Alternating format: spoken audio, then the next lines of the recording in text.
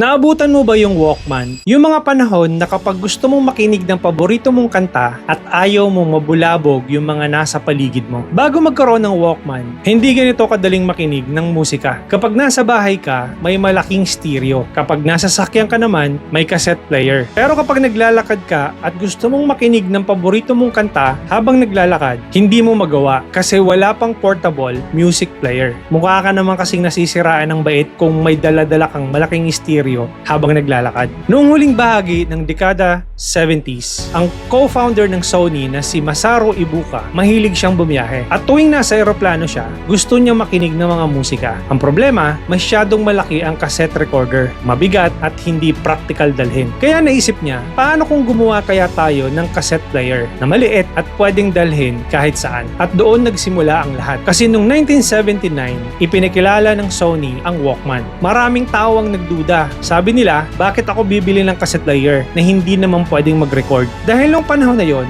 sanay ang mga tao na recorder ang gamit pero iba ang nakita ng Sony. Hindi nila ibinebenta ang recorder. Ang binebenta nila ang experience na makinig ng musika kahit saan. At doon nagsimula ang mga pagbabago. Sa unang pagkakataon, pwede ka nang makinig habang naglalakad, habang nagja-jogging, habang nasa bus, habang nasa jeep, at habang nag-iintay ng klase. Hindi mo na kailangang istorbohin ang buong bahay o buong klase para lang makinig ng paborito mong mga kanta. Ikaw lang at ang favorite music mo. Pero para sa ating mga Pilipino, hindi lang Walkman ang naaalala natin. Naaalala rin natin ang mixtape na ikaw mismo ang gumawa. Yung mga kanta na nire-record mo mula sa radyo. Kapag nagsimula na ang paborito mong kanta, pipindutin mo agad ang record button at ang dasal mo, sana wag magsalita ang DJ bago matapos yung kanta. Naabutan mo ba yon? At syempre, hindi mawawala ang love story. Nung wala pang Spotify, wala pang Apple Music, at wala pang YouTube. Kapag may crush ka noon, hindi ka gumagawa ng playlist, gumagawa ka ng mixtape. Bawat kanta may ibig sabihin. Kapag binigyan ka ng cassette tape, hindi lang music ang binibigay sa'yo. Yung panahon na yon, yung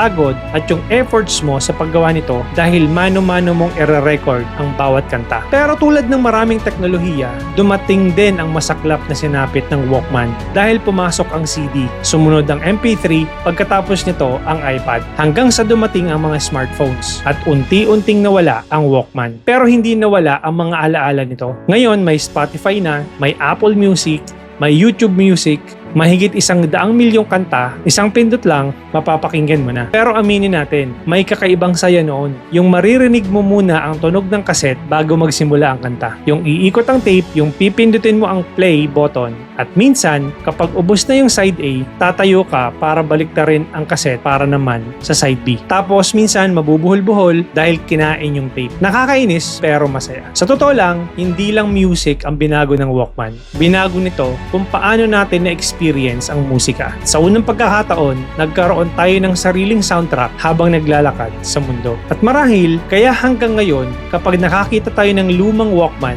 hindi lang musika ang naaalala natin. Naaalala natin kung sino tayo nung unang beses nating pinakinggan ang paborito nating kanta. Ikaw, anong istorya ng Walkman para sa'yo? Hi, this is Clarence. Kung nagustuhan mo itong kwento, follow me for more stories like this. Ang kwento mo na may kwenta.